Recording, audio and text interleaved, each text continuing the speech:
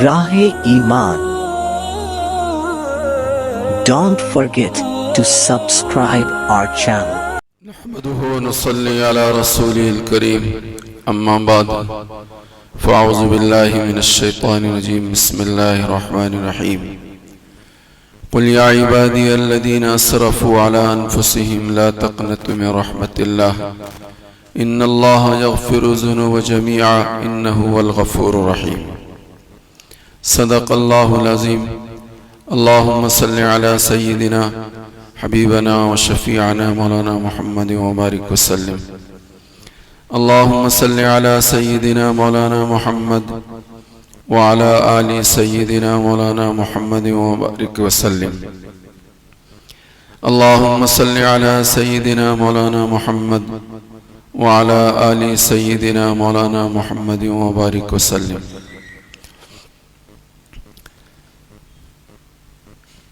حدیث قدسی کے اندر اللہ پاک نے یہ فرمایا ہے وَلَا أَزَالُ أَغْفِرُ لِعَبْدِي مَسْتَغْفَرَنِي او کما قال علیہ الصلاۃ والسلام. اللہ یہ فرماتے ہیں کہ میں برابر اپنے بندوں کو معاف کرتا رہوں گا. لا أَزَالُ أَغْفِرُ لعبدی میں اپنے بندے کو برابر معاف کرتا رہوں گا جب تک کہ بندہ مجھ سے معافی مانگتا رہے گا. مستغفرنی.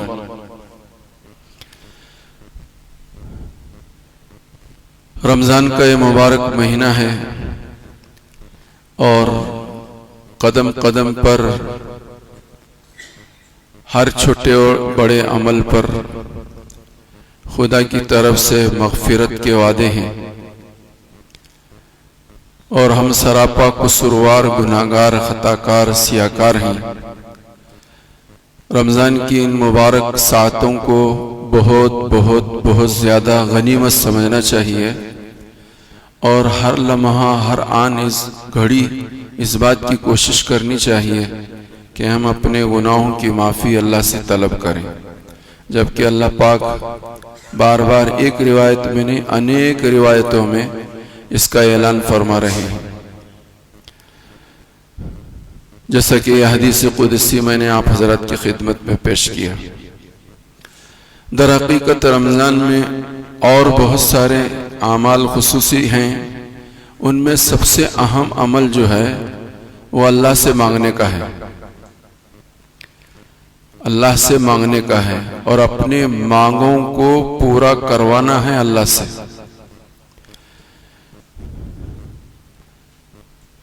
قرآن کریم میں بھی اس کی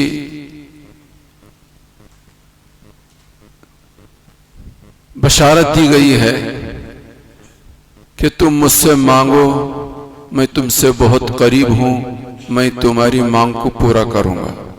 ادعونی استجب لکم تم مجھ سے مانگو میں تمہاری مانگوں کو پورا کروں گا اور تمہارا مانگا ہوا تمہاری حکمت اور مصلحت کو سامنے رکھتے ہوئے پورا کرنے کی کوشش کروں گا. تو میرے بھائیوں بزرگوں اور دوستوں ضرورت اس بات کی ہے کہ ہم سب اللہ سے خوب استغفار کریں. جیسے کہ ایک روایت بارہا مشہور روایت ہے بارہا سنتے رہتے ہیں کہ 4 اعمال اس میں بتائے گئے ہیں جن میں سے 2 عمل جو ہے کرنے کے ہیں اور 2 عمل جو ہے وہ مانگنے کے ہیں. ایک تو یہ ہے کہ رمضان کے مبارک مہینے میں کثرت سے اٹھتے بیٹھتے چلتے پھرتے ہمارے ہاتھ ہمارے پیر کسی بھی کام میں مشغول ہو زبان کو لا الہ الا اللہ میں مشغول رکھنا. زبان کو استغفر اللہ ربی من کل ذنب واتوب الیہ میں مشغول رکھنا. یہ ہر آدمی ہر وقت کر سکتا ہے. اس کے لیے کوئی ضروری نہیں ہے کہ وہ باوضو ہو کر اپنے تمام تر جھمیلوں سے فارغ ہو کر مسجد میں یکسو ہو کر قبلہ رو ہو کر بیٹھنا اور پھر اس کے بعد ہی لا الہ الا اللہ کا ورد اپنے زبان پہ رکھنا یا استغفر اللہ ربی من کل ذنب واتوب الیہ کا ورد رکھنا کوئی ضروری نہیں ہے. ایسا بھی ہونا چاہیے کہ ہمارا کچھ وقت فارغ ہو اور یکسو ہو کر ہم مسجد میں باوضو ہو کر قبلہ رو ہو کر بیٹھیں اور لا الہ الا اللہ کا تھوڑی دیر 10 منٹ 15 منٹ 20 منٹ پڑھیں، لیکن پورے 24 گھنٹے میں ہم ہر وقت اپنے کام میں مشغول رہتے ہوئے اپنی زبان کو لا الہ الا اللہ میں مشغول رکھ سکتے ہیں۔ اتنا آسان عمل ہے۔ تو یہ دو کام تو کرنے کے ہیں، پڑھنے کے ہیں، ایک تو لا الہ الا اللہ کی کثرت اور استغفر اللہ کی کثرت، اور دو کام یہ ہیں کہ حضور نے فرمایا کہ جنت کو اللہ سے مانگو دعا میں، اور جہنم سے پناہ مانگو، یعنی خلاصہ ان دونوں چیزوں کا ہے کہ دعا۔ حضور نے جو چار کام بتائے ان میں سے دو کرنے کے ہیں اور دو جو ہیں وہ دعا کے ہیں۔ تو رمضان المبارک کے جو کام بتائے گئے ان میں سے آدھا کام جو ہے وہ صرف دعا ہی دعا ہے، دعا ہی دعا ہے۔ اور کئی مرتبہ آپ حضرات کی خدمت میں بات کہی گئی ہے کہ دعا جو ہے الدعاء سلاح المؤمن، دنیا میں اگر مومن کے پاس سب سے بڑا ہتھیار، مضبوط ہتھیار، طاقتور ہتھیار جس سے اپنا دفاع کر سکے اور دشمن کو دھکیل سکے، دشمن کو مغلوب کر سکے، ایمان والے کے پاس اگر کوئی ایسا ہتھیار ہے تو وہ دعا ہے۔ دعا سے بڑھ کر کوئی ہتھیار نہیں۔ الدعاء سلاح المؤمن وعماد الدین، اور دعا صرف ہتھیار نہیں بلکہ دین کی بنیاد ہے۔ یہ جیسے نماز دین کی بنیاد ہے، ایسے ہی ہر ایمان والے کے ایمان کی بنیاد دعا ہے۔ اب مسئلہ یہ ہے کہ ایک تو ہمیں مسجد میں آنے کا وقت نہیں ملتا، اور وقت مل جاتا ہے تو مسجد میں اب جی نہیں لگتا، اور ایسے ویسے جی لگا لیں بھی تو نماز کی حد تک، دعا کا تو کوئی سوال ہی نہیں ہوتا۔ جبکہ قرآن کریم اور حدیث پاک کی ساری چیزوں کو سامنے رکھا جائے تو یہ معلوم ہوتا ہے کہ اس مہینے میں دعا ہی دعا کرنی چاہیے۔ قرآن کریم کی تلاوت اور کلمہ کا ورد، استغفار کا ورد اور دعا۔ ڈاکٹر عبدالحی صاحب نور اللہ مرقدہ ماضی قریب کے اندر ہمارے بزرگوں میں بہت بڑے بزرگ گزرے ہیں، جن کا معمول تھا کہ عصر سے لے کر افطار تک کا وقت دعا کے لیے وہ فارغ کرتے تھے، دعا کے لیے وہ فارغ کرتے تھے۔ کل روایتوں میں یہ بات، تعلیم میں یہ بات آئی کہ رمضان المبارک کے 24 گھنٹے میں ہر مومن کی ایک نہ ایک دعا ضرور قبول ہوتی ہے۔ رمضان المبارک کے 24 گھنٹے میں ہر مومن کی ایک نہ ایک دعا ضرور قبول ہوتی ہے۔ اب مانگے نہ مانگے یہ ہمارا اور آپ کا کام ہے۔ بات خدا کی طرف سے حضرت محمد رسول اللہ نے ہم تک پہنچا دی ہے کہ ہر بندہ مومن کی اس میں کوئی شرط نہیں ہے اس دعا کے اندر، اس دعا کی قبولیت کے اندر کہ وہ ایسا ہونا چاہیے یا ایسا ہونا چاہیے، بس صرف یہ ہے کہ وہ مسلمان ہونا چاہیے، مسلمان ہونا چاہیے۔ ہر مسلمان کی رمضان کے مبارک مہینے میں 24 گھنٹے میں ایک دعا ضرور قبول ہوگی، ضرور قبول ہوگی۔ 30 دن ہے، 30 دن میں اپنی دنیا کے سارے مسائل، آخرت کے سارے مسائل ہم رکھ سکتے ہیں۔ اس مبارک مہینے کے اندر ہم دنیا کو بھی حل کر سکتے ہیں اور اپنی آخرت کو بھی حل کر سکتے ہیں۔ کسی بھی دعا کے اندر حضور علیہ السلام نے ایسا نہیں کہا ہے کہ اللہ میں لمبی عمر چاہتا ہوں، لیکن یہ ضرور ہے کہ اللہ پاک مجھے رمضان تک مجھے مہلت دے، رمضان تک میری عمر کو بڑھا دے، اس لیے کہ رمضان ایک ایسا مبارک مہینہ ہے کہ جس میں دنیا و آخرت کی ساری نعمتوں کو سمیٹنے کا ایک آسان موقع ہے۔ تو میں یہ کہہ رہا تھا کہ اللہ پاک یہ فرماتے ہیں حدیث قدسی کے اندر کہ میں اپنے بندے کو معاف کرتا رہوں گا، مسلسل معاف کرتا رہوں گا جب تک بندہ مسلسل مجھ سے معافی مانگتا رہے گا۔ اور دوسری ایک حدیث کے اندر حضرت انس رضی اللہ تعالیٰ عنہ روایت فرماتے ہیں، اللہ پاک فرماتے ہیں یا ابن آدم، اے ابن آدم، آدم کی اولاد، انک تدعوننی وارجوننی، تو مجھ سے مانگتا رہے گا اور مانگنے کے ساتھ ساتھ مجھ سے امید رکھتا ہے کہ میں تیرے مانگے کو پورا کروں گا، تیری دعاؤں کو قبول کروں گا، تو اللہ کہتے ہیں کہ میں اس کی بخشش کر دیتا ہوں. وہ جو کچھ بھی جتنے بھی گناہ کیے ہیں لا ابالی، مجھے اس کی کوئی پرواہ نہیں. اس نے کیا کیا ہے کیا نہیں کیا ہے، چھوٹا گناہ کیا ہے بڑا گناہ کیا ہے، جلوت میں کیا ہے خلوت میں کیا ہے، جانے کیا ہے انجانے کیا ہے، اس کی مجھے کوئی پرواہ نہیں، میں معاف کروں گا. لیکن شرط یہ ابن آدم تدعوننی وارجوننی، تو مجھ سے مانگ اور امید کے ساتھ مانگ. اس امید کے ساتھ مانگ کہ اللہ پاک تیری مانگ کو ضرور سنیں گے، ضرور قبول کریں گے. مانگنا بھی ہے اور امید کے ساتھ مانگنا ہے. تو حدیث پاک کے اندر سرکار نے فرمایا اللہ اس کی بخشش کر دیتے ہیں اور اس کی کوئی پرواہ نہیں کرتے کہ وہ کیا کچھ کیا، کتنا برا کیا اور کتنا بھلا کیا، اس کی کوئی پرواہ نہیں. اللہ کہتے ہیں لا ابالی. اس کے بعد سرکار مدینہ محمد عربی صلی اللہ علیہ وسلم حدیث قدسی اللہ کا یہ فرمان سناتے ہیں کہ اگر بندہ مجھ سے مانگتا ہے درا حالے کہ اس کے گناہ جو ہیں وہ آسمان کی بلندیوں تک پہنچ گئے ہوں، آسمان کی گناہ کرتے کرتے کرتے ایک پر ایک ہوتے ہوتے وہ آسمان کی بلندیوں تک پہنچ گئے ہوں، اور پھر بھی وہ اللہ سے مانگتا ہے تو اللہ کہتے ہیں کہ میں ضرور اس کے گناہوں کو معاف کروں گا.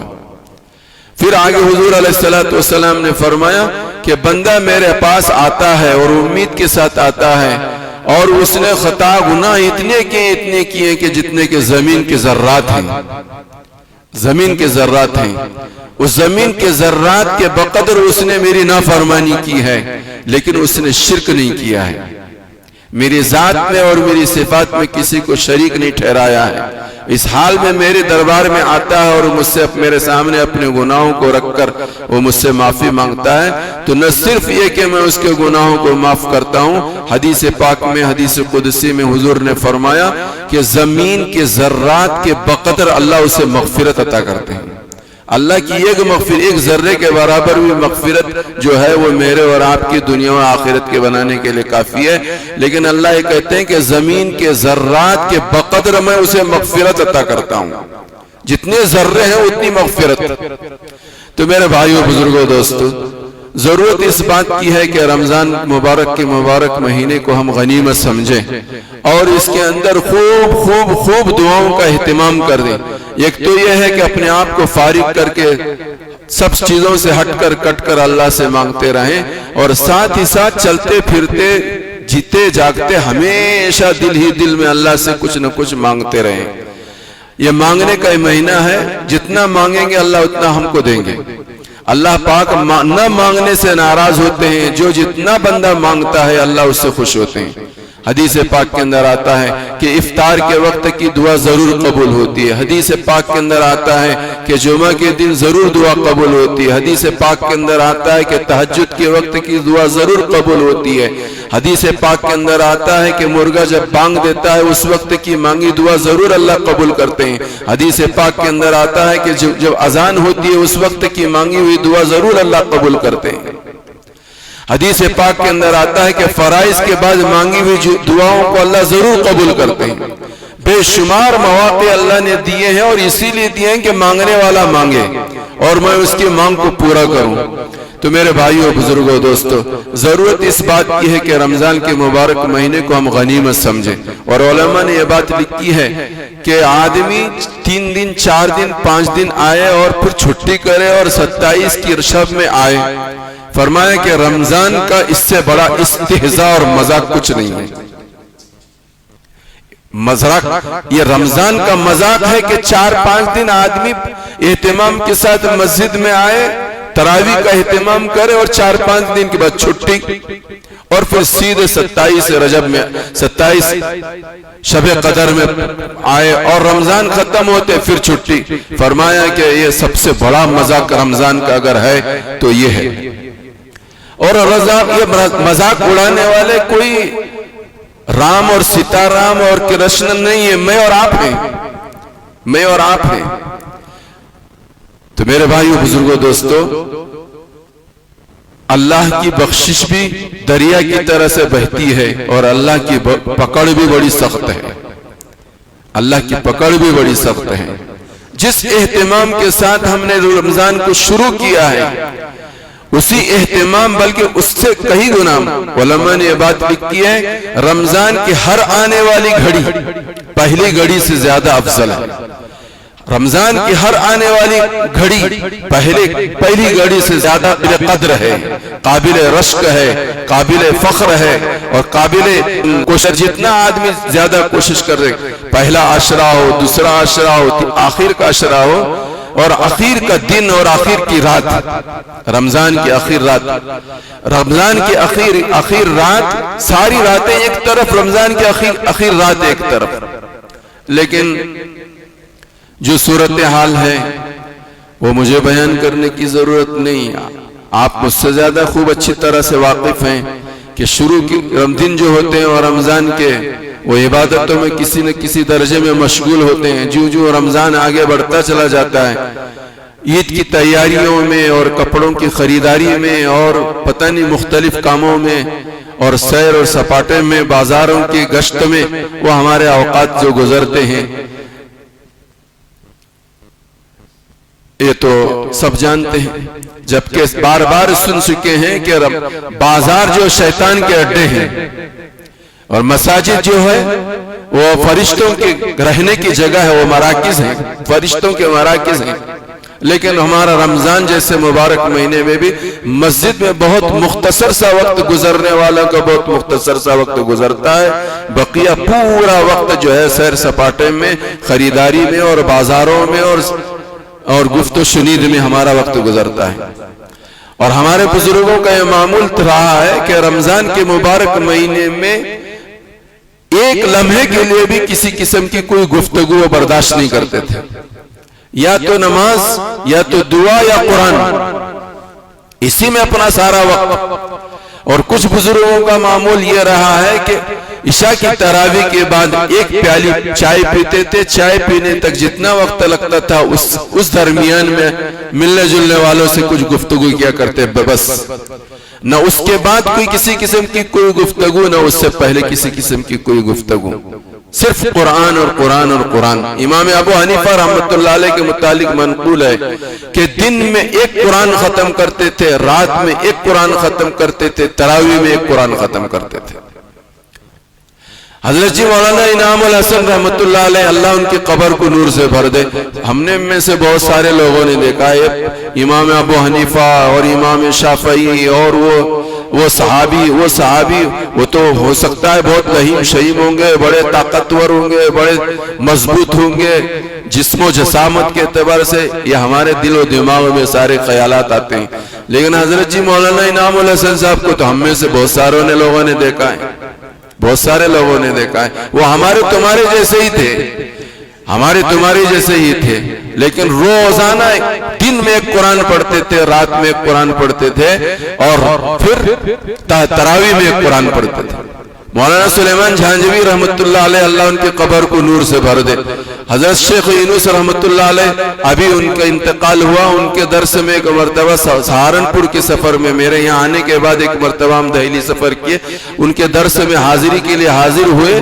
تو اس دوران درس بخاری شریف کا درس دے رہے تھے, اس دوران انہوں نے کہا کہ مولانا سلیمان جھانجوی کا جب انتقال ہوا تو ان کی تدفین کہاں کی جائے, اس پر تذکرے و تبصرے ہوئے, تذکرے و تبصرے ہوئے. کرتے کرتے یہ تذکرہ تبصرہ ہوتے اور ان کو حضرت مولانا سلیمان جھانجوی کو جگہ جو ملی وہ حضرت خدیجۃ الکبریٰ کے قدم میں ملی. اور حضرت شیخ یونس صاحب رحمۃ اللہ علیہ نے اس مجلس میں اس درس کے دوران یہ فرمایا, میں یہ سمجھتا ہوں کہ صرف ان کو یہ جو مقام ملا ہے حضرت خدیجۃ الکبریٰ کے قدموں میں, ان کو جو آرام کرنے کی جگہ جو ملی وہ صرف قرآن کی برکت سے ملی, قرآن کی برکت سے ملی. تو میرے بھائیو بزرگو دوستو, کئی مرتبہ آپ حضرات کے سامنے یہ مذاکرے ہوئے ہیں. آنے والے دن بڑے فتنوں کے زمانے ہیں, حدیث میں اس کی بار بار اس بات کی نشاندہی کی گئی ہے، پیشنگوئی کی گئی ہے کہ تسبیح کے دھاگے کے ٹوٹنے پر تسبیح کے دانے جس طرح سے گرتے ہیں اس طرح سے ایک بعد دیگرے اس دنیا کے اندر آفات اور بلایا اور مصیبتیں اور پریشانیاں اور ہم اور غم اور قانونی بندشیں ایک کے بعد دیگرے آتی رہیں گی. ان سب کی حفاظت کا راستہ جو ہے قرآن کریم کی تلاوت کا اہتمام ہے. تفسیر میں بھی کئی مرتبہ آپ حضرات کی خدمت میں بات آئی. تو ہم سب کے لیے ضروری ہے کہ اور بالخصوص رمضان کا یہ مبارک ہونا، امسال کا یہ رمضان جو ہے آنے والے دنوں میں حق اور باطل کا ایک بڑا مارکا ہے، اور اس ملک کے لیے خصوصیت کے ساتھ اچھے اور برے فیصلوں کے ہونے کا ایک موقع ہے. ایسے موقع پر مسلمانوں کی ذمہ داری ہے کہ اس وقت جو ہے مسلمان خوب خدا کی طرف متوجہ ہو، عبادتوں کو کر کے چھوٹی بڑی ہر قسم کی عبادتوں کر کے ہر عبادت کے بعد اللہ سے مانگنا کہ یا اللہ اس ملک کے حق میں خیر کے فیصلے کر، مسلمانوں کے حق میں خیر کے فیصلے کر. ہماری مساجد منہدم ہو رہی ہیں اور عبادتوں کے کرنے والوں کے ساتھ مذاق اور استہزاء کیا جا رہا ہے. ہمارے گھر منہدم کیے جا رہے ہیں، نئے نئے قانون بنائے جا رہے ہیں، اور سارے قانون کس لیے بنائے جا رہے ہیں سب جانتے ہیں. اور آنے والے دن اور زیادہ گمبھیر ہو سکتے ہیں. بہتر یہ ہے، مناسب یہ ہے کہ ہم اپنے رشتے کو اللہ سے مضبوط کریں اور خوب دعاؤں کا اہتمام کر کے آنے والے دنوں میں اللہ سے خیر کو مانگیں. تو امید ہے، اسی لیے ممکن ہے، اسی لیے اللہ پاک نے اس موقع پر یہ نظام بنایا ہے کہ یہ رمضان کا مہینہ ہے اور اس کے بعد ملک کے حق میں کچھ فیصلے ہونے والے ہیں. اگر مسلمان اس مبارک مہینے کی قدردانی کر لیتے ہیں اور خوب اللہ سے رو دھو کر اپنی گناہوں کی معافی مانگ کر آنے والے دنوں کے تعلق سے خیر کا سوال اللہ کے سامنے رکھتے ہیں، تو انشاءاللہ خدا کی ذات سے امید ہے کہ باوجود ایڑی چوٹی کا ظالم کوشش کر رہا ہے، اس کے باوجود اس ملک کے حق میں اور مسلمانوں کے حق میں، ہمارے مساجد کے حق میں، ہمارے گھروں کے حق میں، ہمارے جوانوں کے حق میں اور دین اور شریعت کے حق میں انشاءاللہ خیر کے فیصلے ہوں گے. اس لیے ضرورت اس بات کی ہے کہ جس اہتمام کے ساتھ ہم نے رمضان شروع کیا ہے اس میں اضافہ ہو، اس میں بڑھوتری ہو، اس میں ترقی ہو. دعاؤں کے اعتبار سے، استغفار کے اعتبار سے، تلاوت قرآن کے اعتبار سے، لا الہ الا اللہ کے ورد کے اعتبار سے، استغفار کے اعتبار سے ہم سب کی کوشش ہونی چاہیے. لیکن چونکہ میں نے کئی مرتبہ آپ حضرات کے سامنے بات رکھی ہے، ان تمام عبادتوں کے مقابلے میں اس مرتبہ اس رمضان میں دعا کا اہتمام بہت زیادہ ہونا چاہیے. آپ کی، ہماری سب کی دعاؤں کے نتیجے میں ہی انشاءاللہ اس ملک کے اندر خیر وجود میں آئے گا اور ہمیں امن اور چین و سکون کے ساتھ اس ملک کے اندر اپنے دین پر اور شریعت پر رہنے کا موقع فراہم ہوگا.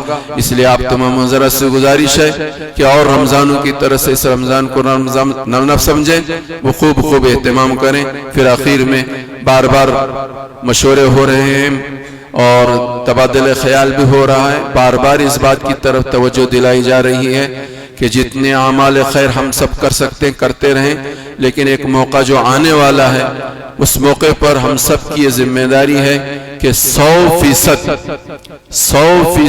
ہر مسلمان کی اجتماعی طور پر اتحاد کے ساتھ ووٹنگ ہونا یہ بے حد ضروری ہے.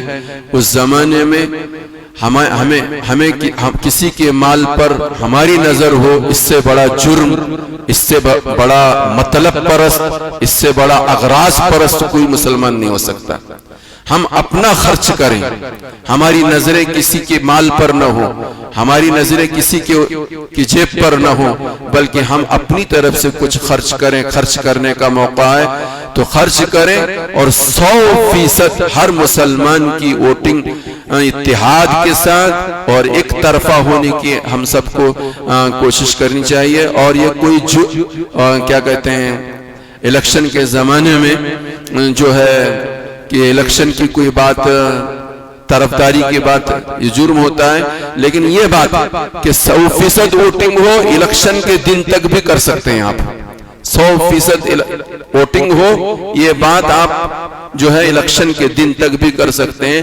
ہاں البتہ کسی پارٹی کی حمایت جو ہے کرنا یہ جرم ہوتا ہے. پارٹی کی حمایت ہمارے یہاں نہیں ہے.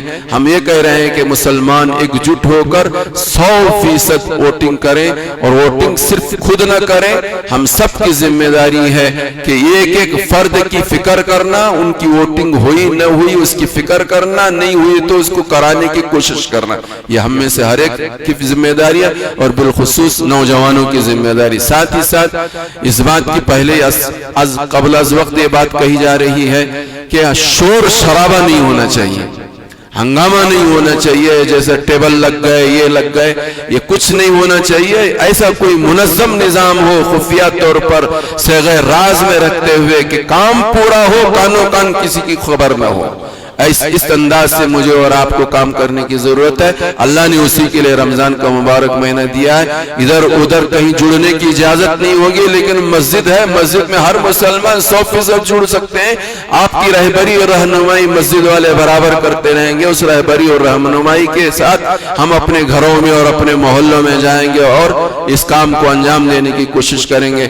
اللہ کی ذات سے امید ہے, ہماری کوششوں سے کچھ نہیں ہوتا لیکن ہوگا ضرور ہماری اور آپ کی دعاؤں سے. اللہ مجھے بھی اور آپ کو سب کو عمل کی توفیق عطا فرمائے. پھر ایک مرتبہ بات کہہ کے بات کو ختم کرتا ہوں. روزوں کا اہتمام ضروری ہے. جو لوگ روزہ نہیں رکھ سکتے معذور ہیں, وہ اپنے روزے کا فدیہ دے. ایک روزے کے بدلے میں ایک مسکین کو 2 وقت کا کھانا دینا ہے. اور جو روزہ رکھ سکتے ہیں یا صحت ان کو مل سکتی ہے وہ صحت کا انتظار کریں, اللہ سے مانگتے رہیں اللہ صحت دے دے, بعد میں روزہ رکھیں. تو روزوں کا اہتمام, قرآن کریم کی تلاوت کا اہتمام, اور ان سب سے بڑی چیز اور پہلی چیز 5 وقت کی پابندی کے ساتھ تکبیر اولیٰ کے ساتھ باجماعت نماز کا پڑھنا ہے. جو لوگ اس میں کوتاہی کر رہے ہیں, جو لوگ اس میں کمی بیشی کر رہے ہیں, وہ بہت بڑا اپنا نقصان کر رہے ہیں. 5 وقت کی تکبیر اولیٰ کے ساتھ مسجد والی نماز باجماعت پڑھنے کی کوشش کرنا. رمضان کے مبارک مہینے میں بقیہ ساری چیزوں کی ثانوی درجہ ہے, ثالثی درجہ ہے, لیکن نمبر 1 پر جو ہے روزے سے بھی زیادہ اہم. روزہ تو ہے رمضان کا خصوصی عمل, لیکن روزے سے زیادہ اہم اگر خدا کے نزدیک کوئی عمل ہے تو نماز باجماعت ہے. مسجد کی جماعت کی والی نماز کے ساتھ ہماری نماز ہو, اور اس کے ساتھ ساتھ قرآن کریم کی تلاوت اور توبہ اور استغفار اور دعاؤں کا اہتمام. اللہ مجھے بھی اور آپ کو بھی سب کو عمل کی توفیق عطا فرمائے. وآخر دعوانا ان الحمدللہ رب العالمین.